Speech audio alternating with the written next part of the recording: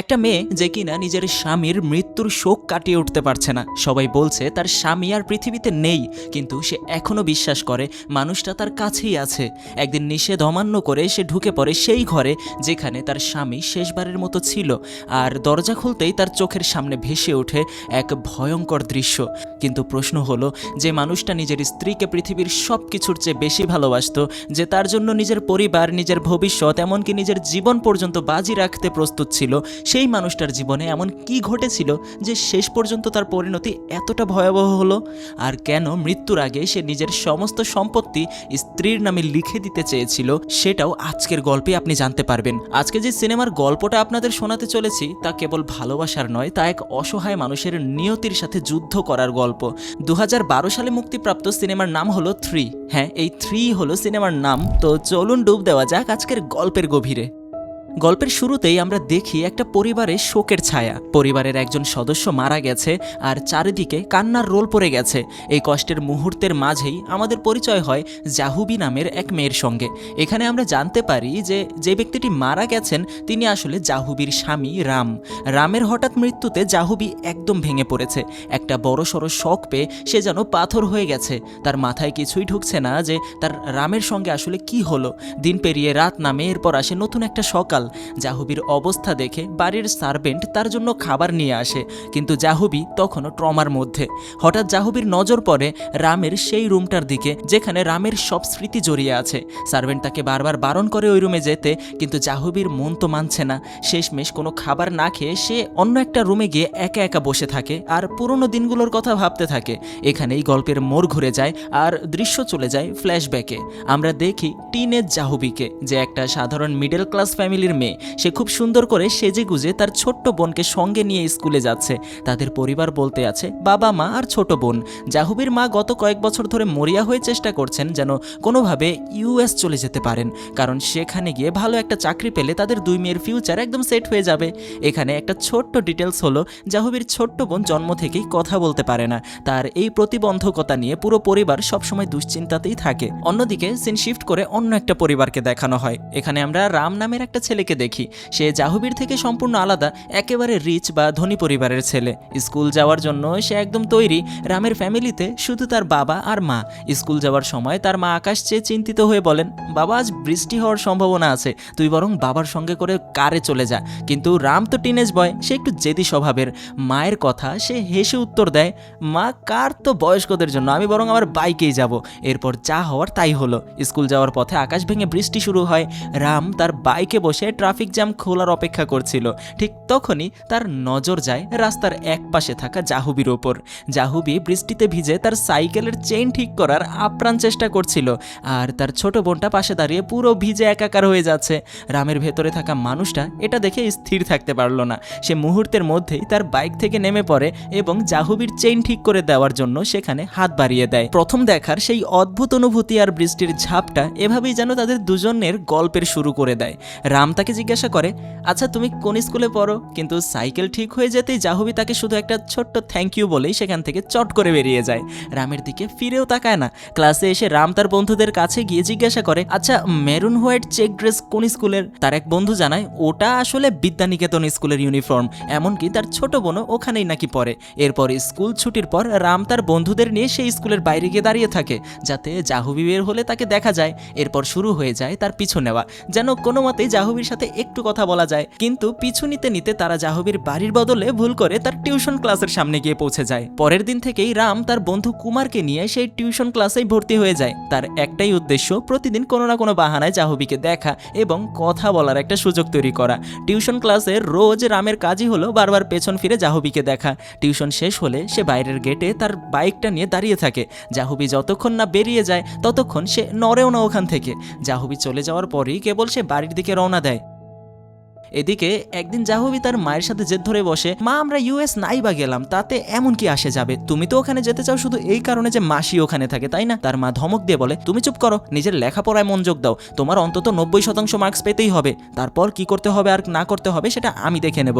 এভাবেই দিন কেটে যায়। একদিন টিউশন ক্লাসে টিচার রামকে হঠাৎ দাঁড় করিয়ে একটা শক্ত প্রশ্ন করেন। সবাই ভেবেছিল রাম বোধহয় উত্তর দিতে পারবে না, কারণ ক্লাসে তো সে মন দিয়ে পড়াশোনা করেই না, সারাক্ষণ শুধু জাহুবির দিকেই তাকিয়ে থাকে। কিন্তু সবাই জাহ্নবীকে অবাক করে দিয়ে রাম খুবই আত্মবিশ্বাসের সাথে সেই প্রশ্নের একদম সঠিক উত্তর দেয়।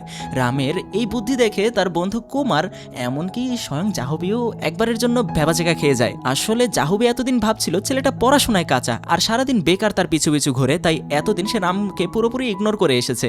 কিন্তু পরের দিন টিউশন শেষে যখন রাম বরাবরের মতো বাইরের গেটে তার বাইকের ওপর বসে জাহ্নবীর জন্য অপেক্ষা করছিল, তখন জাহ্নবী নিজে থেকেই তার সামনে এসে সাইকেল থামায়। রাম ভাবলো আজ হয়তো কোনো বড় ঝামেলার মুখোমুখি হতে যাচ্ছে, কিন্তু জাহ্নবী এসে একদম গম্ভীরভাবে প্রশ্ন করে, তোমার নাম রাম তাই না? রাম কিছুটা ইতস্তত হয়ে আমতা আমতা করে বলে, হ্যাঁ। জাহ্নবী এক মুহূর্ত চুপ থেকে ঝাঁঝালো গলায় বলে, তোমার নাম রাম, এই পবিত্র নামটাকে তুমি এইভাবে কেন বদনাম করছো? আমি অনেকদিন ধরে লক্ষ্য করছি তুমি আমাকে সব জায়গায় ফলো করছো। আমি আগে ভেবেছিলাম তুমি হয়তো কোনো সিরভিরে পাগল, কিন্তু ক্লাসে দেখলাম তুমি তো বেশ ভালোই পড়াশোনা জানো, তাহলে এমন অসভ্য কাজ কেন করছো? দয়া করে নিজের পড়াশোনায় মন দাও আর আমার পিছু নেওয়া বন্ধ করো। তুমি কি বুঝতে পারছো না, আমার বাড়ির লোকেরা যদি এসব জানতে পারে তাহলে আমার লাইফটা পুরো শেষ হয়ে যাবে। আমার পরিবারের সম্মান এবং ভবিষ্যতের ওপর এই ঘটনা কি বিশাল প্রভাব ফেলতে পারে সেটা কি একবারও ভেবে দেখেছো? জাহ্নবীর এই কঠিন আর সাবধান বাণী শুনে রাম মুহূর্তের জন্য একদমই স্তব্ধ হয়ে যায়। সে এতদিন যা কিছু করেছিল সেগুলোকে নিজের ভাষায় ভালোবাসা বললেও জাহ্নবীর কাছে তো সেগুলো অস্বস্তিকর, তাই না? সেটা আজ জলের মতো তার কাছে পরিষ্কার হয়ে গেল। রাম একটু ধাতস্থ হয়ে বলে, আমিও তো বুঝতে পারছি তোমাকে এভাবে পিছু করতে করতে আমিও হাঁপিয়ে উঠেছি। এক কাজ করো না, আমাকে তোমার ফোন নাম্বারটা দিয়ে দাও, তাহলে আমরা অন্তত কথা বলে বিষয়গুলো মিটিয়ে নিতে পারবো। তারপর আমি কথা দিচ্ছি আর কোনোদিন তোমার পেছু নেব না। কিন্তু জাহ্নবীর আত্মসম্মান বোধ অনেক বেশি। সে ঠান্ডা গলায় উত্তর দেয়, আমি তোমাকে এত ভদ্রভাবে বোঝানোর চেষ্টা করছি, কিন্তু দুর্ভাগ্যজনক তুমি বোধহয় ভদ্রতা বা ডিসেন্ট হওয়ার মানেটাই জানো না। এতটুকু বলেই সে তার সাইকেল নিয়ে হন হন করে সেখান থেকে চলে যায়। আর রাম দাঁড়িয়ে দাঁড়িয়ে দেখলো তার রঙিন স্বপ্নটা কিভাবে ধুলায় মিশে যাচ্ছে। তার মুখটা পুরো ফ্যাকাশে হয়ে যায়, যেন দুনিয়ার সব আনন্দ এক নিমিষে ফিকে হয়ে গেল। পরের দিন রাম ক্লাসে এলো না। যে ছেলেটা রোজ জাহ্নবীর পিছু পিছু ঘুরতো, আজ তাকে না দেখে ক্লাসের পরিবেশটা যেন অদ্ভুত রকমের ফাঁকা। জাহ্নবী বারবার আর চোখে রামের সেই খালি সিটটার দিকে তাকাতে থাকে। ওর মনটা এক অদ্ভুত অস্থিরতায় দুলছে। একটা অজানা বিষয়তেই সে আজ রামের অভাব অনুভব করছে। টিউশন শেষ করে বাইরে এসেও সে এদিক ওদিক চোখ বোলাতে থাকে, কিন্তু কোথাও সেই পরিচিত বাইকটা নেই কোনো পিছু নেওয়ার শব্দ। আজ যেন রাস্তাটা বেশি নিস্তব্ধ। বাড়িতে ফিরে খেতে বসে জাহ্নবী টিভিতে দেখছিল, সেখানে হঠাৎ তাদের ধর্মীয় শ্রী রামের জীবন নিয়ে কিছু মহৎ কথা বলা হচ্ছিল। নামটা শুনতেই তার বুকের ভেতরটা ধক করে ওঠে। বারবার রামের মুখটা তার চোখের সামনে ভেসে আসতে থাকে। পাশে বসে থাকা তার সেই ছোট্ট বোন, যে কথা বলতে পারে না, সেও জাহ্নবীর এই মানসিক দোটানাটাকে ঠিক ধরে ফেলে। পরের দিন ক্লাসে বসেও জাহ্নবীর মন পড়াশোনায় নেই। সে বারবার রামের সিটের দিকে তাকাচ্ছে, তার চোখ যেন ব্যাকুল হয়ে কাউকে খুঁজছে। এক অজানা টেনশনে তার মনটা অস্থির হয়ে আছে। ক্লাসে একঘেয়েমির মাঝে সে হঠাৎ অনুভব করে কেউ একজন তাকে গভীর দৃষ্টিতে পর্যবেক্ষণ করছে। সে দেরি না করে পেছন ফিরে তাকাতেই তার হার্টবিট যেন কয়েক মুহূর্তের জন্য থেমে যায়। রাম সেখানে পেছনেই বসে আছে তার। দুজনের চোখাচোখি হতেই রামের মুখে ফুটে ওঠে এক চিলতে হাসি, আর জাহ্নবীও না পেরে হালকা একটু হেসে ফেলে। এই হাসিটা যেন তাদের সম্পর্কের বরফ গলার প্রথম সংকেত। এরপর থেকে রোজ তারা একে অপরকে দেখলে এক অদ্ভুত মায়াবী হাসিতে আদান প্রদান করতে শুরু করে নিজেদের অনুভূতির, যা তাদের পরিচিতি এবার বন্ধুত্বের দিকে এগিয়ে নিয়ে যায়। এরই মাঝে একদিন অতিরিক্ত ক্লাস শেষ করে বাড়ি ফেরার পর পরিস্থিতিটা একটু পাল্টে গেল। রাম বরাবরের মতোই অনেকটা দূর থেকে জাহ্নবীর পিছু পিছু আসছিল। হঠাৎ জাহ্নবী থামলো। রামের খুব কাছে গিয়ে নিজের ব্যাগ থেকে ছোট্ট একটা চিরকুট বের করে তাতে ফোন নাম্বার লিখে তার হাতে ধরিয়ে দিল। খুব নিচু স্বরে বলল, এই নাও আমার ফোন নাম্বার, এবার থেকে পিছু নেওয়া বন্ধ করো। কিন্তু ভাগ্যের লিখন অন্য কিছু। জাহ্নবী সবেমাত্র হাঁটা শুরু করেছে, এমন সময় রাস্তার মোড় থেকে তার বাবা হঠাৎ সেখানে হাজির। মেয়ের পিছু পিছু একটা ছেলেকে আসতে দেখে তার বাবা ভ্রু কুঁচকে যায়। তিনি রাগী দৃষ্টিকে জাহ্নবীকে জিজ্ঞাসা করেন, কিরে তোর সাইকেল কোথায়? সাইকেল ছাড়া তুই একা এখানে কি করছিস? জাহ্নবী আমতা আমতা করে বলে, বাবা সাইকেলের টায়ারটা পাংচার হয়ে গেছিল, তাই আমি সেটা সারাতে দোকানে জমা দিয়ে আসলাম। বাবা তাকে ধমক দিয়ে পাঠিয়ে দেন বাড়ি, কিন্তু এরপরেই তিনি রামের দিকে তেড়ে যান। রাম বুঝতে পেরেছিল পরিস্থিতি নিয়ন্ত্রণের বাইরে, তবুও সে শান্ত থাকার চেষ্টা করছিল। বাবা রাগে গর্জে ওঠেন, কি দরকার তোর? কেন এই মেয়েটার পিছু নিচ্ছিস? টিউশনে তোদের লেখাপড়া করার বদলে সব নোংরামি শেখানো হচ্ছে। রাম কোনোভাবে বলার চেষ্টা করে, আঙ্কেল আমি সত্যি সত্যি পিছু নিচ্ছিলাম না। কিন্তু কথা শেষ করার আগেই জাহ্নবীর বাবা হাত থেকে একটা সজোরে চর রামের গালে এসে পড়ে। তিনি চিৎকার করে বলতে থাকেন, তোর বাপমা দিন রাত এক করে তোকে পড়াশোনা করতে পাঠাচ্ছে, আর তুই রাস্তার মোড়ে এইসব করছিস। এখনই এখান থেকে দূর হন, হলে পুলিশ ডেকে দেবো। রাম সেখান থেকে অপমানিত হয়ে ফিরে আসে, আর সেই সেই ঘটনার পরের দিন সকালে জাহ্নবীর জীবনে নেমে আসে এক চরম উত্থান আর অজানা অভিজ্ঞতার ঝড়। পরের দিন সকালে জাহ্নবীর ছোট বোন সুরভি জানালার পর্দা সরিয়ে বাইরে তাকাতেই চমকে ওঠে। সে দেখে রাম আজও তাদের বাড়ির গেটের সামনে চুপচাপ দাঁড়িয়ে আছে। খবরটা জানা মাত্রই জাহ্নবীর বুকটা কেঁপে ওঠে। বাবা যদি একবার দেখে ফেলে তবে শেষ হয়ে যাবে সব। সে কোনো মতে সিঁড়ি দিয়ে দ্রুত নিচে নেমে আসে। তার হার্টবিট যেন গলার কাছে এসে আটকে গেছে। সে গেটের বাইরে গিয়ে রামের মুখোমুখি দাঁড়ায়। রামের চোখে মুখে এক অদ্ভুত জেদ আর ব্যাকুলতা। জাহ্নবী প্রায় ফিস করে বলে, তুমি এখানে কেন এসেছো? কাল যা হলো তারপরও কেন নিজের বিপদ ডেকে আনছো? দয়া করে এখান থেকে চলে যাও। কিন্তু রাম নাছোড়বান্দা। সে শান্ত স্বরে বলে, আমি চলে যাব, কিন্তু তার আগে আমাকে খুব জরুরি একটা কথা বলতে হবে। এটা না বলে আমি এক মুহূর্ত থাকতে পারছি না। জাহ্নবী তখন উত্তেজনার চোটে বলে ওঠে, এখন একদম না, যা বলার সন্ধ্যাবেলায় হবে। এখন বাড়ি যাও, সবাই দেখে ফেললে খুব প্রবলেম হবে। কিন্তু রাম আজ আর পিছু হটতে রাজি নয়। সে সরাসরি জাহ্নবীর চোখের দিকে তাকিয়ে বলে, আমি তোমাকে প্রচণ্ড ভালোবাসি জাহ্নবী। তোমাকে না দেখে থাকাটা আমার কাছে এখন মৃত্যুর সমান। এই অকপট স্বীকারোক্তি জাহ্নবীকে একেবারে স্তব্ধ করে দেয়। সে এক মুহূর্তের জন্য জমে যায়। এমন সরাসরি ভালোবাসা পাওয়ার জন্য সে প্রস্তুত ছিল না। জাহ্নবী নিজেকে সামলে নিয়ে আবারও তাগাদা দেয়, এখন চলে যাও প্লিজ। রাম এবার জিদ ধরে, তুমি আমার প্রশ্নের উত্তর দাওনি। আমি কি শুধু একা একতরফা ভালোবেসে যাব? জাহ্নবী এবার আর নিজেকে আটকে রাখতে পারে না। তার মনের ভেতরে জমাট বাঁধা আবেগগুলো যেন বাঁধ ভাঙা জোয়ারের মতো বেরিয়ে আসে। সে মৃদু স্বরে স্বীকার করে, আমিও তোমাকে ভালোবাসি রাম, কিন্তু এই মুহূর্তে এসব বলে লাভ নেই। এখন তুমি যাও, বাকি কথা পরে হবে। এরপর থেকে তাদের সম্পর্কটা এক নতুন মোড় নেয়। টিউশনের পর তারা গোপনে দেখা করতে শুরু করে। একদিন দেখা হওয়ার পর জাহ্নবী খুব বিষণ্ণ মনে তাকে জানায়, রাম, একটা কথা তোমাকে পরিষ্কার জানিয়ে দেওয়া দরকার। আমার মা অনেকদিন ধরে ইউএসএ যাওয়ার জন্য সব গুছিয়ে ফেলেছেন। খুব তাড়াতাড়ি আমাদের পুরো ফ্যামিলি ওখানে শিফট হয়ে যাবে। তোমাকে আমি এই পরিস্থিতির কথা জানিয়ে দিলাম, পরে যেন না বলো যে আমি তোমাকে চিট করেছি বা গোপন করেছি তোমার থেকে।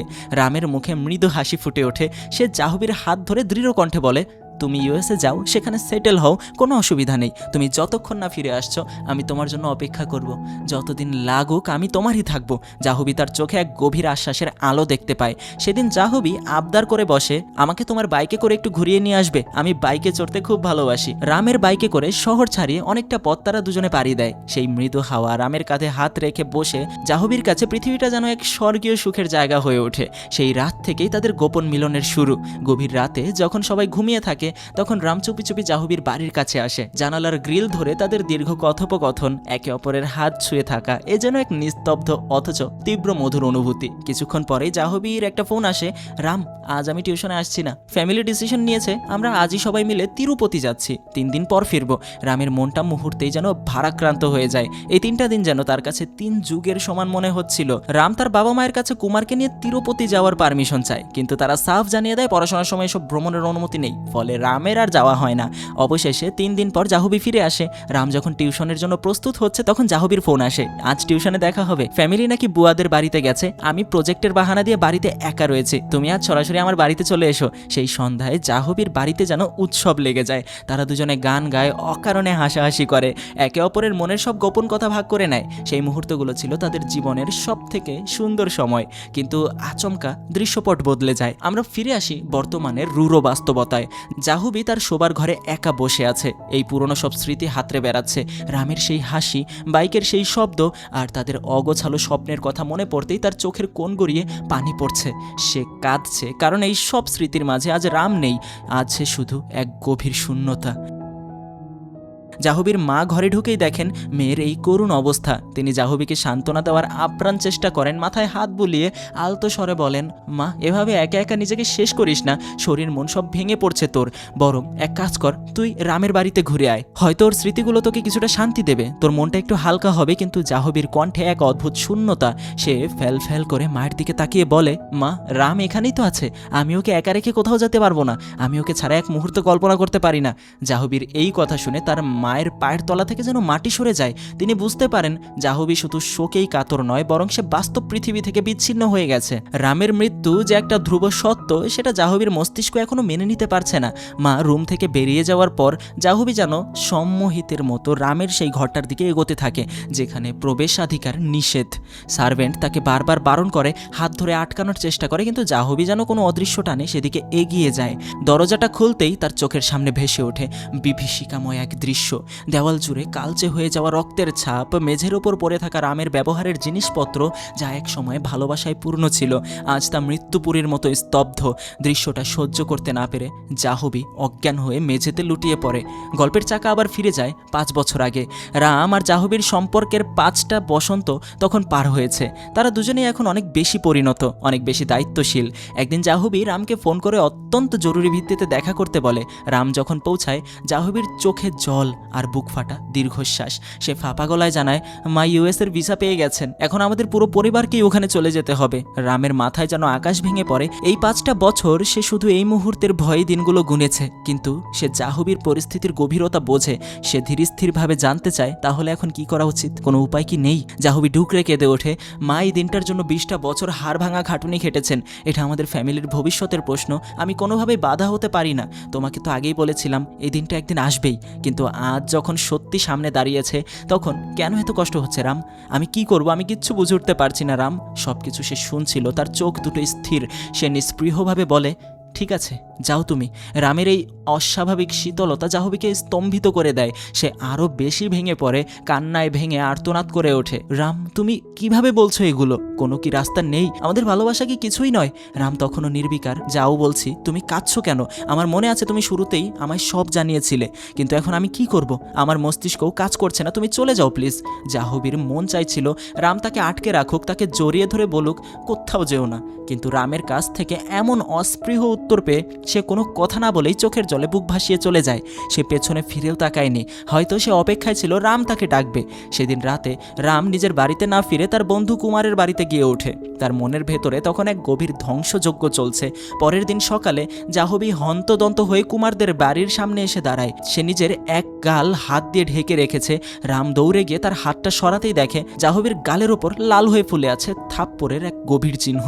রামের রক্ত হিম হয়ে আসে। সে উত্তেজিত হয়ে জানতে চায়, কে করেছে এটা জাহ্নবী? তুমি যাওনি কেন? কি হয়েছিল কাল রাতে?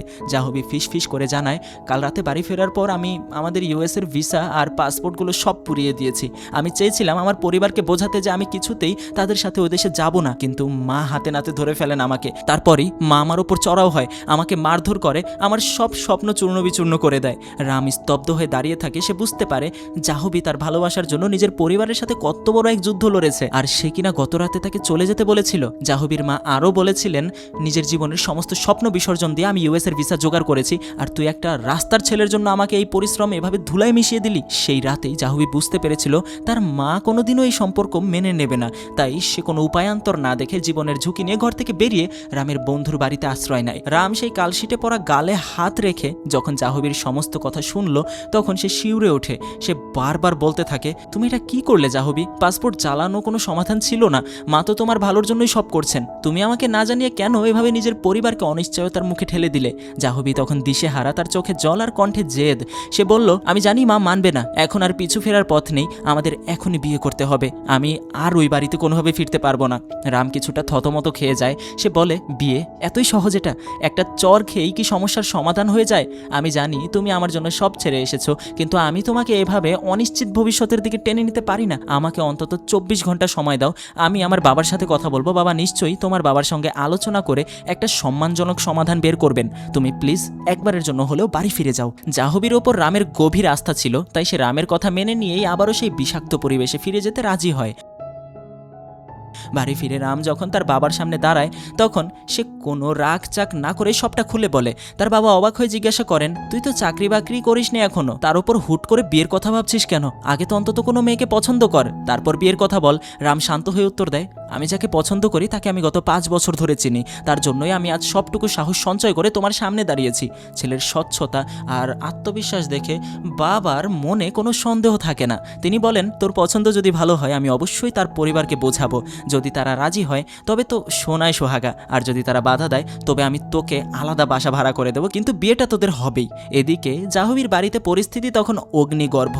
জাহ্নবীর বাবা তাকে 4 দেওয়ালের মাঝে আটকে রেখে একের পর এক তিরস্কার করছেন। তিনি বলছেন, তোর মা তো নিজের জন্য ওখানে যেতে চায়নি, আমাদের জন্য চেয়েছে, তুই আমাদের স্বপ্নগুলোকে এভাবে পায়ের তলায় পিষে দিলি। বাবার এই তিরস্কারে জাহ্নবী যখন মাটিতে আছড়ে পড়ে কাঁদতে শুরু করে ঠিক তখনই এক অবিশ্বাস্য মিরাকেল ঘটে। জাহ্নবীর ছোট বোন সুরভি, যে আজীবনের প্রতিবন্ধকতায় একটা কথাও বলতে পারেনি, হঠাৎই সে হাউমাউ করে কেঁদে ফেলে।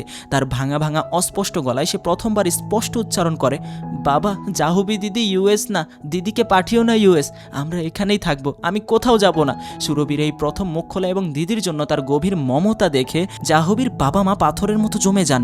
জাহ্নবীর বাবা স্তব্ধ হয়ে মেয়ের দিকে তাকিয়ে থাকেন। তাদের চোখের সামনে তাদের প্রতিবন্ধী ছোট মেয়ে এমন আর্তনাদ যেন সমস্ত অভিযোগের চেয়ে বেশি ভারী হয়ে ওঠে। সুরভির কণ্ঠে সেই অস্পষ্ট তীক্ষ্ণ আর্তনাদ যেন মুহূর্তের মধ্যে জাহ্নবীর পরিবারের সমস্ত মেঘ সরিয়ে দিল।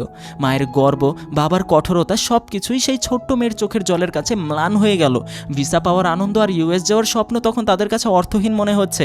অবশেষে এক গভীর নীরবতার পর জাহ্নবীর বাবা দীর্ঘশ্বাস ফেলে বললেন, ঠিক আছে, তুই যেতে পারিস, রামকে বিয়ে কর, কিন্তু মনে রাখিস আমার কাছে আর কোনোদিন ফিরে আসতে পারবি না। তুই আমাদের জন্য আজ থেকেই মৃত, আমরা কোনোদিন তোকে দেখতে আসবো না, তুইও না। জাহ্নবীর জন্য এটাই ছিল তার চূড়ান্ত প্রাপ্তি। পরিবারকে হারানোর শোক আর রামকে পাওয়ার আনন্দ দুইয়ে মিলে তার জীবন এক নতুন বাঁকে এসে দাঁড়ায়। বিয়েটা হলো খুব সাদামাটাভাবে। রামের বাবা নিজে কথা রেখেছেন। তিনি যখন দেখলেন জাহ্নবীর পরিবার কোনোভাবেই এই সম্পর্ক মেনে নিতে নারাজ, তখন তিনি রামের জন্য নতুন এই অ্যাপার্টমেন্টের ব্যবস্থা করে দিলেন। রামের বাবা নিজেই সেই বাড়িটা সাজাতে লাগলেন যেন তিনি নিজের কোনো নতুন সংসার শুরু করছেন। বিয়ের পর যখন রাম আর জাহ্নবী প্রথম সেই বাড়িতে পা রাখছে, এই দৃশ্য দেখে দুজনেই চোখের জল ধরে রাখতে পারল না। রাম তার বাবার বুকে মুখ লুকালো। জাহ্নবী বুঝতে পারলো পরিবারের একাংশকে হারালেও সে কত বড় একটা আশ্রয় খুঁজে পেয়েছে। সময় বয়ে যেতে থাকে। রাম আর জাহ্নবীর সংসার খুব সুখের, কিন্তু জাহ্নবীর মনের গহীনে একটা সূক্ষ্ম ক্ষত থেকেই যাচ্ছিল। বাবা মায়ের সাথে দূরত্বটা তাকে প্রতিদিন কুরে কুরে খাচ্ছিল। রাম তার স্ত্রীর এই নীরব কষ্ট বুঝতে পারত। সে ঠিক করলো জাহ্নবীকে না জানিয়েই সে তার শ্বশুর বাড়ি যাবে। রাম জাহ্নবীর বাবার সামনে গিয়ে হাঁটু গেড়ে বসে পড়ল। সে কম্পিত গলায় বলল, স্যার, আমি আজ পর্যন্ত আমার বাবার পায়ে হাত দিয়ে প্রমাণ করিনি, কিন্তু আজ আপনার পায়ে হাত দিয়ে বলছি, চলুন আমাদের সাথে। আপনাদের মেয়ে আপনাদের ছাড়া ভালো নেই। পৃথিবীটা কত বড়, কিন্তু মা বাবার ভালোবাসা ছাড়া মানুষ আসলে অনাথ। আমাদের ক্ষমা করে দিন, আপনাদের আশীর্বাদ ছাড়া আমাদের চলার পথ বড়ই কঠিন। রামের এই অভাবনীয় নম্রতা জাহ্নবীর বাবার পাষাণ হৃদয়ে আঘাত করল। দীর্ঘদিন জমে থাকা অভিমান গলে জল হয়ে গেল। পরদিন যখন জাহ্নবীর বাবা মা রামের বাড়িতে পৌঁছালেন, জাহ্নবী নিজ চোখে বিশ্বাস করতে পারছিলেন না। রামের এই নীরব উপহার দেখে জাহ্নবী কান্নায় ভেঙে পড়ল। সে জড়িয়ে ধরল তার বাবা মাকে। এরপর থেকেই দুই পরিবার যেন এক হয়ে গেল। রাম জাহ্নবীকে একটা ছোট্ট কুকুরছানা উপহার দিল, যেটা তাদের শূন্য বাড়িতে এক নতুন প্রাণের স্পন্দন নিয়ে এলো। কিন্তু ঘটনা যখন বর্তমানে চলে আসে, তখন দেওয়াল ঘড়িতে এক অন্য সুর বাজছে। ফ্ল্যাশব্যাক থেকে জাহ্নবী আবারও সেই বিভীষিকাময় বর্তমানে ফিরে এলো। সেই রক্তমাখা রামের ঘর, সার্ভেন্টের ডাকে জাহ্নবীর চেতনা ফিরল। ড্রয়িং রুমে বসে আছেন এক পুলিশ ইন্সপেক্টর, তার হাতে রামের ময়নাতদন্তের রিপোর্ট। ইন্সপেক্টর খুব গভীরভাবে জাহ্নবীর দিকে তাকিয়ে বললেন, ম্যাডাম, রিপোর্ট এসেছে। সেখানে এমন কিছু তথ্য পাওয়া গেছে যা খুবই চাঞ্চল্যকর। রিপোর্টের সেই লাইনগুলো জাহ্নবীর কানে কোনো অর্থ তৈরি করতে পারছে না। তার মস্তিষ্ক যেন স্থবির হয়ে গেছে। সে আবার সংজ্ঞাহীন হয়ে পড়তে থাকে। ইন্সপেক্টর পরিস্থিতি বুঝে সাময়িক বিদায় নিয়ে চলে গেলেন, কিন্তু যাওয়ার আগে তিনি যে ধোঁয়াশা রেখে গেলেন তা জাহ্নবীর ভেতরকার আগুন আরও বাড়িয়ে দিল। ইন্সপেক্টর বেরিয়ে যেতেই জাহ্নবী যেন এক উন্নততায় মেতে উঠল। সে তার চোখের সামনে যা দেখছে, ঘর সাজানোর শোপিস, তাদের একসাথে কাটানোর সময়ের ছবি, রামের প্রিয় বইগুলো, সবকিছু মেঝেতে আছড়ে ফেলতে লাগলো।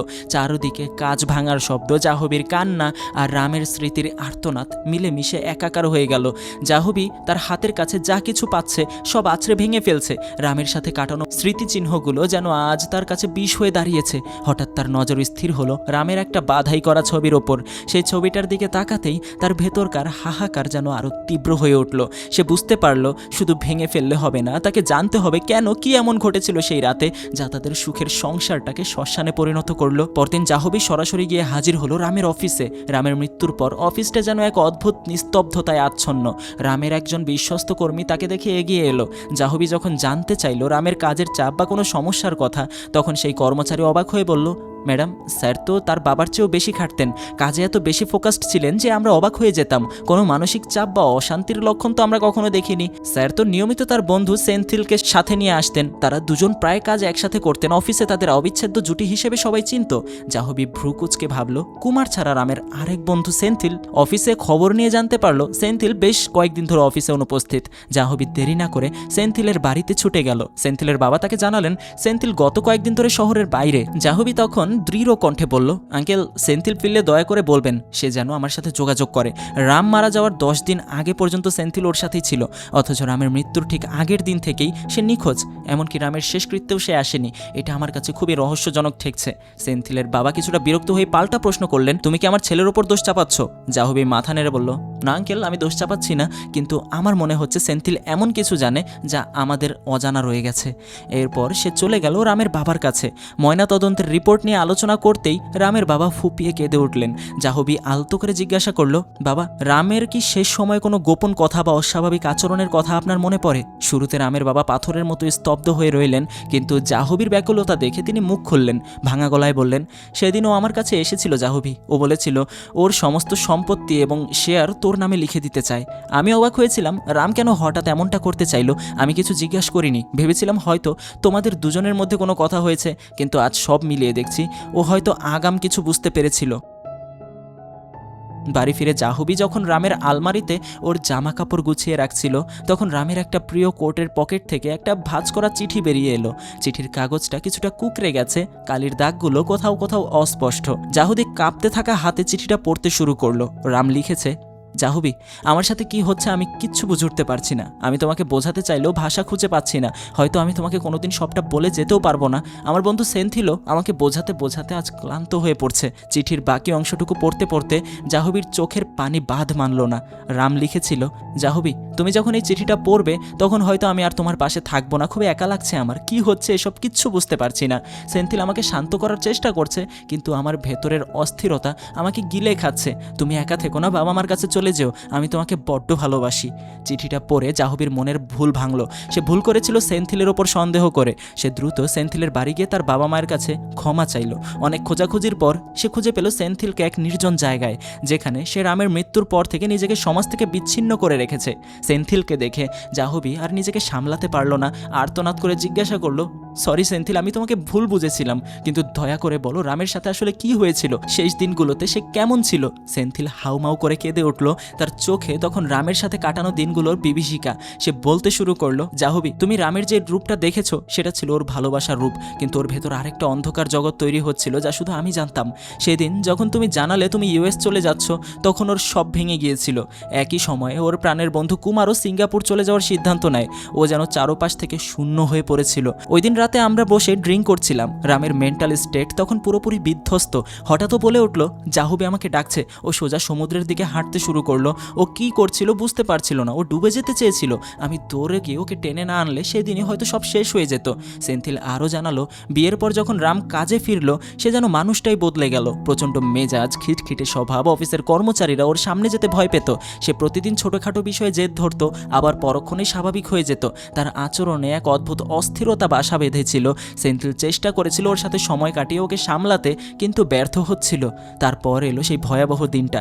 সেন্থিল বলতে লাগলো, কোম্পানির বিশাল লস হওয়ার পর রামের মানসিক ভারসাম্য যেন পুরোপুরি নষ্ট হয়ে গেল। যেন তার আঘাত পাওয়া মানসিক যেই স্তম্ভটা সেটা যেন একদম শেষে ভেঙেই পড়লো। বাড়িতে ফিরে সেই ছোট্ট কুকুর ছানার ওপর চিৎকার করছিল। আমি ওকে শান্ত করার জন্য জল আনতে গেছিলাম, কিন্তু ফিরে এসে দেখি রাগের মাথায়ও কুকুরটাকে এত জোরে আঘাত করেছে যে ওটা ঘটনাস্থলেই মারা গেছে। আমি স্তব্ধ হয়ে দাঁড়িয়েছিলাম। সেন্থিলের কথাগুলো শুনে জাহ্নবীর মনে হলো তার বুকের ভেতরটা যেন কেউ ধারালো ছুরি দিয়ে চিরছে। রাম কি তবে ধীরে ধীরে এক ধরনের মানসিক রোগের শিকার হচ্ছিল? যেই রাম মানুষকে ভালোবাসত, যে রাম কুকুর ছানাকে নিজের সন্তানের মতো আগলে রাখছিল, সে কিভাবে এমন নিষ্ঠুর হয়ে উঠল? এই হিংস্রতা কি কেবল কোম্পানির লস বা মানসিক চাপের ফসল, নাকি রামের ভেতরে অন্য কোনো অশুভ শক্তি বাস করছিল? জাহ্নবী বুঝতে পারল সে এতদিন যাকে ভালোবেসে এসেছে সে মানুষটা তার অগোচরে অন্য এক মানুষে পরিণত হচ্ছিল, আর সেন্থিল ছিল সেই করুণ পরিণতির একমাত্র সাক্ষী। সেন্থিল বলতে লাগলো, যখন রাম বুঝতে পারলো সে কি করে ফেলছে, সে ছোট্ট শিশুর মতো হাউমাউ করে কেঁদে উঠতে শুরু করলো। ও নিজেও বিশ্বাস করতে পারছিল না যে ও এমন নিষ্ঠুর হতে পারে। ও আমাকে হাত পা ধরে মানা করছিল যেন তোমাকে এই কথা না বলি। আমরা সেই কুকুর ছানাটাকে বাড়ির পেছনে দাফন করেছিলাম। এরপর ঘটনা তো তুমি জানোই। তুমি যখন বাড়ি ফিরে কুকুরটাকে না পেয়ে অস্থির হয়ে পড়েছিলে, রাম কেমন অভিনয় করেছিল। ও যেন নিজের স্মৃতি থেকেই সেই ভয়াবহ ঘটনাটা মুছে ফেলেছিল। ও নিজেও তোমার সাথে তাকে খুঁজতে নেমেছিল। আমি যখন ওকে মনে করিয়ে দিলাম যে ওটাকে আমরাই দাফন করেছি, তখন সে শিউরে উঠল। সেদিন আমি বুঝেছিলাম রামের মস্তিষ্ক ধীরে ধীরে নিয়ন্ত্রণ হারাচ্ছে। ওর আবেগগুলো, ভালোবাসা, রাগ, ঘৃণা সবই এক ভয়াবহ পর্যায়ে পৌঁছাচ্ছিল। সেন্থিল থামলো না, তার কথাগুলো যেন ক্ষতবিক্ষত করছিল জাহ্নবীকে। আমি আর ঝুঁকি নিতে চাইনি। আমি একজন বিশেষজ্ঞ ডাক্তারের সাথে কথা বললাম। ডাক্তার জানালেন রাম বাইপোলার ডিসঅর্ডারে আক্রান্ত। এই রোগে মানুষ দুই বিপরীত মেরুর মধ্যে দোচলাচল করে, একদিকে গভীর ডিপ্রেশন, অন্যদিকে হঠাৎ করেই ম্যানিক বা চরম উত্তেজনা। কোনো তুচ্ছ কারণেই সে প্রচণ্ড হিংস্র হয়ে উঠতে পারে। ডাক্তার পরামর্শ দিলেন ওকে যেন কোনোভাবে বুঝিয়ে ডাক্তারের কাছে আনা হয়, কিন্তু কোনোভাবেই ওকে যেন বুঝতে দেওয়া না হয় যে ও মানসিকভাবে অসুস্থ। ওটা ছিল আমার সবচেয়ে বড় ভুল। সেন্থিল দীর্ঘশ্বাস ফেলে বলল, আমি ওকে বাড়ি ডেকেছিলাম শান্ত করতে, কিন্তু আমার প্রতিটা কথা ওকে আরও ক্ষিপ্ত করে তুলেছিল। ও হঠাৎ আমার উপর চড়াও হলো। আমি কোনো মতে নিজেকে বাঁচিয়ে ঘর থেকে বেরিয়ে গেলাম। ও যখন বাইক নিয়ে বেরিয়ে গেল আমি ওর পিছু নিলাম, কিন্তু দুর্ভাগ্য আমার চোখের সামনেই ও দুর্ঘটনার শিকার হলো। ওখান থেকেই ও বুঝতে পারলো যে ও আর স্বাভাবিক নেই। ও আমার কাছে ক্ষমা চাইলো, বলল বন্ধুর মতো সাহায্য কর। আমি জাহ্নবীর জন্য নিজের প্রাণটাকেও বাজি রাখতে রাজি। ও যদি বুঝতে পারে আমি ধীরে ধীরে পশু হয়ে যাচ্ছে, ও সহ্য করতে পারবে না রে। আমাদেরকে এটা ঠিক করতেই হবে। পরের দিন তারা দুজনে মন্দিরে গেল, এরপর সোজা ডাক্তারের চেম্বারে। ডাক্তার রামের পরীক্ষার জন্য কিছু প্রশ্ন দিলেন, যা তাকে লিখে উত্তর দিতে হবে। রাম উত্তর দিচ্ছিল আর অঝরে কাঁদছিল। জাহ্নবীর মনে হলো সে যেন রামকে নতুন করে চিনছে, এক অসহায় বিধ্বস্ত মানুষ যে ভেতরকার দানবটাকে রুখতে প্রাণপণ লড়াই করে যাচ্ছিল। কিন্তু ডাক্তার সেদিন সেন্থিলকে একা ডেকে নিয়ে যে কথা বলেছিলেন তা জাহ্নবীর জন্য ছিল সবচেয়ে বড় আঘাত। ডাক্তার গম্ভীর হয়ে বলছিলেন, রামের কেসটা সাধারণ বাইপোলার ডিসঅর্ডার নয়। অধিকাংশ রোগীর ক্ষেত্রে এই ম্যানিক আর ডিপ্রেশনের পর্যায়গুলো আলাদা সময় হয়ে থাকে, কিন্তু রামের ক্ষেত্রে এই দুটো পর্যায় একসাথে মিশে গেছে। একে বলা হয় মিক্সড স্টেট। ও একই সাথে প্রচণ্ড যন্ত্রণায় কাঁদছে এবং চরম ক্রোধে ধ্বংসাত্মক হয়ে উঠছে। ওর মনের গভীরে যে অপরাধবোধ তা ওর স্বাভাবিক চিন্তা শক্তিকে পুরো আবচ্ছন্ন করে ফেলছে। রাম এখন যে অবস্থায় আছে তাতে নিজের ওপর নিয়ন্ত্রণ রাখা ওর পক্ষে প্রায় অসম্ভব। ওর এই লড়াইটা শুধু রোগ নয়, এটা একটা সময়ের বিরুদ্ধে যুদ্ধ। জাহ্নবী বুঝতে পারল কেন রাম বারবার তাকে ছেড়ে দিতে চেয়েছিল, কেন সে নিজের সমস্ত সম্পত্তি তার নামে লিখে দিতে চেয়েছিল। সেন্থিলের কণ্ঠস্বর কষ্টে থরথর হয়ে কাঁপছিল। চোখের পানি মুছে সে বলে চলল, ডাক্তার স্পষ্ট জানিয়েছিলেন রামের অবস্থা সাধারণের চেয়ে অনেক বেশি জটিল। ও একই সাথে প্রচণ্ড ক্রোধ, গভীর বিষণ্ণতা আর উন্মাদনা অনুভব করছিল। ওই মিক্সড স্টেট ওর মস্তিষ্ককে এক জ্বলন্ত আগ্নেয়গিরিতে পরিণত করছিল। আমরা সিদ্ধান্ত নিয়েছিলাম তোমাকে কিছু জানাবো না, কিন্তু আমার ভয় হতো যদি কোনোদিনও নিজেকে নিয়ন্ত্রণ করতে না পেরে তোমার উপর চড়াও হয়। রাম তখন একটা কথাই বলতো, ও সামান্য অসুখেই আমাকে নিয়ে কত ভয় পায়। এই ভয়াবহ অসুখ জানলেও আমাকে ভয় পেতে শুরু করবে, ও আমার থেকে দূরে সরে যাবে, আর সেটা সহ্য করার ক্ষমতা আমার নেই। সেই নাটকীয় মিথ্যা বাড়ির মালিকের বের করে দেওয়া, সেটা ছিল আমাদের সাজানো পরিকল্পনা, যাতে আমি সারাক্ষণ ওর ওপর নজর রাখতে পারি। পুরো সময়টা সেন্থিল আর রাম বিভিন্ন মন্দিরে ঘুরেছে, বিভিন্ন দরবারে মাথা ঠুকেছে। যদি কোনো মিরাকেল ঘটে তারা অফিসের নাম করে নিয়মিত ডাক্তারের থেরাপি সেশনে যেত, কিন্তু ডাক্তার চাইছিলেন ওকে হাসপাতালে ভর্তি করা। রামের ভয় ছিল তুমি যদি একদিনও ওকে না দেখো তবে ও পাগল হয়ে যাবে, অথচ তোমার সামনে গেলেও ভয় কুকড়ে থাকতো যদি ওর ভেতরে সেই হিংস্র সত্তা বেরিয়ে আসে। ফ্ল্যাশব্যাকের অন্ধকার গলিতে সেন্থিল আবারও ফিরে যায়। সেন্থিলের বাড়িতে তার বাবা মায়ের অসুস্থতার খবর আসায় ওকে কয়েকটা দিনের জন্য শহরের বাইরে যেতে হয়েছিল। যাওয়ার আগে ডাক্তার সেন্থিলকে একটা শক্তিশালী সিসেটিভ ইঞ্জেকশন দিয়েছিল, যদি রাম কখনো মারাত্মক হিংস্র হয়ে ওঠে তবে যেন তাকে শান্ত করা যায়। সেন্থিল ছিল না, আর সেই সুযোগেই তুমি রামের খুব কাছাকাছি যাওয়ার চেষ্টা করলে। সেন্থিল ছাড়াই তোমাদের সেই ক্লাব সফরের রাতটা ছিল রামের জীবনের সবচেয়ে ভয়াবহ ট্র্যাজেডি। তুমি তাকে নানাভাবে প্রশ্ন করছিলে কেন সে দূরে থাকছে, কেন সেন্থিল সারাক্ষণ তাদের ছায়াসঙ্গী হয়ে আছে। তুমি যখন সন্দেহের বশে তাকে অ্যাফেয়ারের মতো চরম অপমানজনক কথা বললে, রামের ভেতরকার আগ্নেয়গিরিটা তখন টকবগিয়ে ফুটছিল। ক্লাব থেকে ফেরার পথে যখনই সে বখাটে ছেলেটা তোমার সাথে অসভ্যতা শুরু করলো, রামের মস্তিষ্ক যেন এক মুহূর্তে শর্ট সার্কিট হয়ে গেল।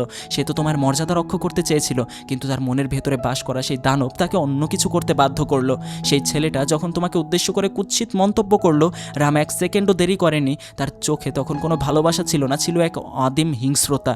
সে ছেলেটার উপর ঝাঁপিয়ে পড়লো। সেন্থিল তখনও ফেরেনি। তুমি শুধু দেখলে রাম তাকে মারতে মারতে প্রায় মেরে ফেলার উপক্রম করছে। তুমি চিৎকার করেছিলে, কিন্তু রামের কানে তখন কোনো শব্দ পৌঁছাচ্ছিল না। সে তখন নিজেকে আর নিয়ন্ত্রণ করতে পারছিল না। তার সেই ম্যানিক অবস্থার চূড়ান্ত বিস্ফোরণ ঘটেছিল সেখানেই।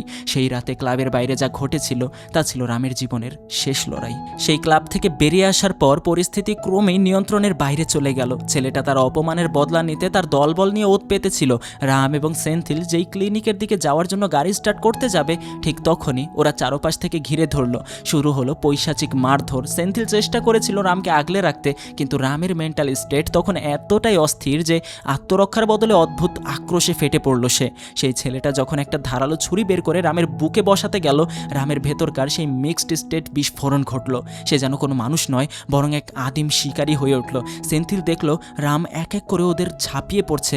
ছুরির আঘাতে রক্তাক্ত হচ্ছিল ওরা, কিন্তু রামের চোখে তখন কোনো ভয় ছিল না, ছিল এক শীতল উন্মাদনা। রক্তে মাখামাখি অবস্থায় কোনো মতে ওরা নিজের গাড়িতে ফিরে এলো। তখন রাম আর মানুষ নেই, সে এক ক্ষতবিক্ষত যন্ত্রণার প্রতিমূর্তি। বাড়ি ফেরার পর দৃশ্যটা ছিল বিভীষিকাময়। রাম আর সেন্থিলকে ওই অবস্থায় দেখে জাহ্নবী আর্তনাদ করে অজ্ঞান হয়ে গেল।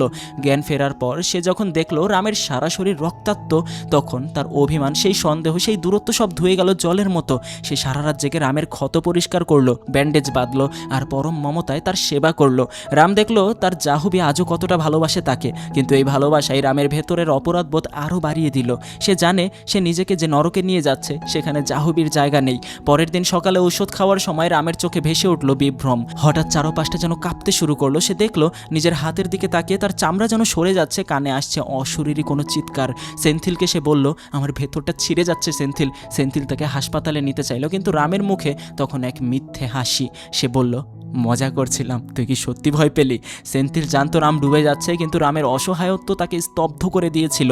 ডাক্তার শেষমেশ জানিয়ে দিলেন ওষুধে আর কাজ হচ্ছে না, রামকে ইলেকট্রোকনভালসিভ থেরাপি বা শক দিতে হবে। সেই ভয়াবহ চিকিৎসার পর যখন তারা বাড়ি ফিরল, রাত তখন 11টা। জাহ্নবী বারান্দায় দাঁড়িয়েছিল, তার চোখে আগুনের শিখা। সে চিৎকার করে বলে উঠল, 7টার সময় অফিস থেকে বেরিয়েছো, এখন 11টা বাজে, কেন মিথ্যে বলছো?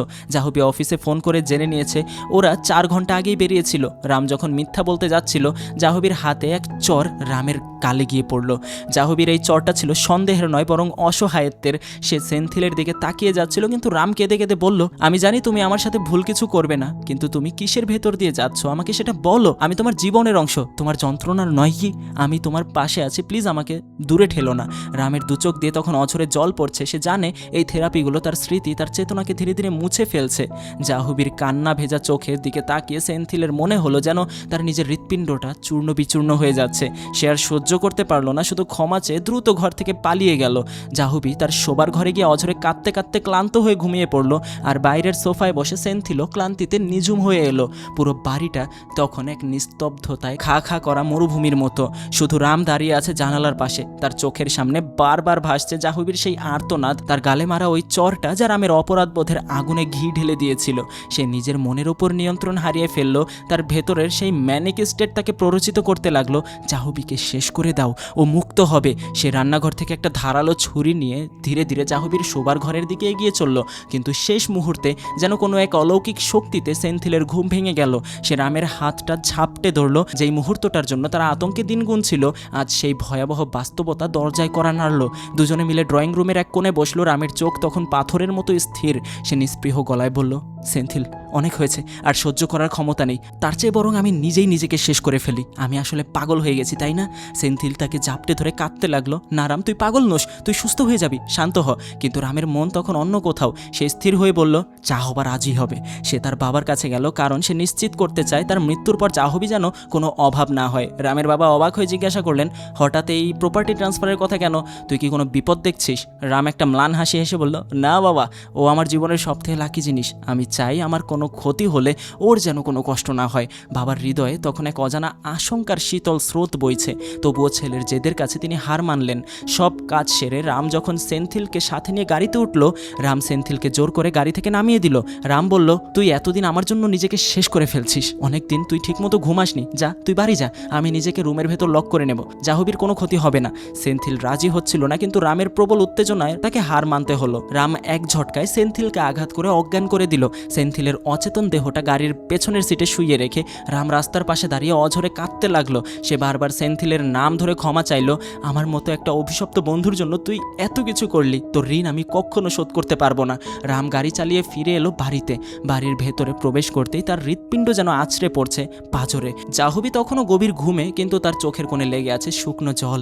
রাম তার পাশে গিয়ে বসলো। রামের জন্য এই মুহূর্ত ছিল এক চরম দান্দিকতার। সে জাহ্নবীকে ছুঁতে চায়, কিন্তু তার ভেতরকার দানব তাকে বারবার সতর্ক করছে, দূরে থাক, নাহলে সর্বনাশ হয়ে যাবে। সে নিজের আবেগগুলো দিনগুলোকে আর ধরে রাখতে পারছিল না। সে জানতো চিকিৎসার সব পথই বন্ধ, আর বেশি দেরি নেই। ঠিক সেই মুহূর্তে আবারও সেই ভয়ঙ্কর বিভ্রম তাকে ঘিরে ধরলো। চারপাশটা যেন দুমড়ে মুচড়ে যাচ্ছে। সে মরিয়া হয়ে তার ওষুধের ব্যাগ আর ইঞ্জেকশন খুঁজতে লাগলো, কিন্তু সব কিছুই যেন তার নাগালের বাইরে। হঠাৎ তার চোখ পড়লো রান্নাঘরের সেই ধারালো ছুরিটার দিকে, যা সে একটু আগেই নিজের কাছে লুকিয়ে রেখেছিল। সেটার দিকেই তাকাতে তার শরীরটা ঝিমঝিম করে উঠলো। কোনো মতে নিজেকে সামলে সে একটা কাগজ আর কলম নিয়ে বসলো। সে জাহ্নবীর জন্য শেষবারের মতো কিছু লিখে যেতে চায়। বারবার কলমটা হাত থেকে পড়ে যাচ্ছে, তার চিন্তাগুলো যেন দলা পাকিয়ে যাচ্ছে। তবুও দাঁতে দাঁত চেপে সে লিখলো সেই চিঠিটা, যেটা অনেক পরে জাহ্নবী তার পকেটে খুঁজে পেয়েছিল। চিঠিটা লেখা শেষ হতেই তার ভেতরের অস্থিরতা যেন চরমে পৌঁছালো। সে ছুরিটা হাতে নিয়ে কিছুক্ষণ স্থির হয়ে রইল, নিজের বুকে বিধিয়ে দিতে চেয়েও পারল না। সে অস্ফুট স্বরে স্রষ্টার কাছে আর্তনাদ করলো, আমাকে শক্তি দাও, আমি নিজেকে আর বইতে পারছি না। কিন্তু মানসিক অবস্থাটা তখন দ্রুত ডিপ্রেশন থেকে চরম ক্ষোভে রূপ নিল। সে আর নিজেকে নিয়ন্ত্রণ করতে পারলো না, ছুরিটা নিয়ে নিজের গলার কাছে ধরলো। ঠিক তখনই তার চোখের সামনে ভেসে উঠলো সেই দিনটা, বৃষ্টির দুপুর, জাহ্নবীর সাথে তার প্রথম বাইক রাইড। বাইকের গতি আর বাতাসের সেই মাতাল করা অনুভূতি। সে কল্পনা করতে লাগলো সে আর জাহ্নবী আবারও সেই বাইকে করে কোনো অজানা উদ্দেশ্যে ছুটে চলছে, যেখানে কোনো রাগ নেই, কোনো অভিশাপ নেই। স্মৃতির সেই রঙিন ক্যানভাসে সে হারিয়ে গেল। আর সেই চরম মানসিক প্রশান্তির মুহূর্তেই সে চূড়ান্ত সিদ্ধান্তটাই নিয়ে ফেলল। এভাবেই শেষ হলো রাম আর জাহ্নবীর অসম্পূর্ণ প্রেমের এই করুণ ট্র্যাজেডি। আর জাহ্নবীর কাছেও এখন সব কিছু পরিষ্কার। তো এই গল্পটা আমাদের দেখায় যে ভালোবাসা কতটা শক্তিশালী হতে পারে, আবার মনের অসুখ কিভাবে সেই সুন্দর বাগানটাকে নিমিষেই ধ্বংস করে দিতে পারে। সত্যি বলতে গল্পটা যে এভাবে শেষ হবে সেটা আমি ভাবতে পারিনি। তা আপনাদের কেমন লাগলো সেটা কমেন্ট করে বলতে পারেন, আপনাদের অনুভূতিটা কমেন্টে শেয়ার করতে পারেন। আর এই যে স্ক্রিনে আরও একটা ভিডিও ভেসে উঠেছে, ক্লিক করে দেখা শুরু করতে পারেন। সব মুভি তো আর এরকম ব্যাড এন্ডিং হয় না। ব্যাড এন্ডিং বলতে কি, এগুলো ইউনিক টাইপ মুভি, তো সব মুভির আসলে হ্যাপি এন্ডিং হয় না। কিন্তু কি বলবো আর, এখন যাক, আমার আসলে কিছু বলতে পারছি না। তা আপনার কেমন লাগলো কমেন্টে জানান, লাইক করবেন, নতুন হলে সাবস্ক্রাইব করবেন। আর এই যে স্ক্রিনে যেটা ভেসে উঠেছে ক্লিক করে দেখা শুরু করুন। ধন্যবাদ।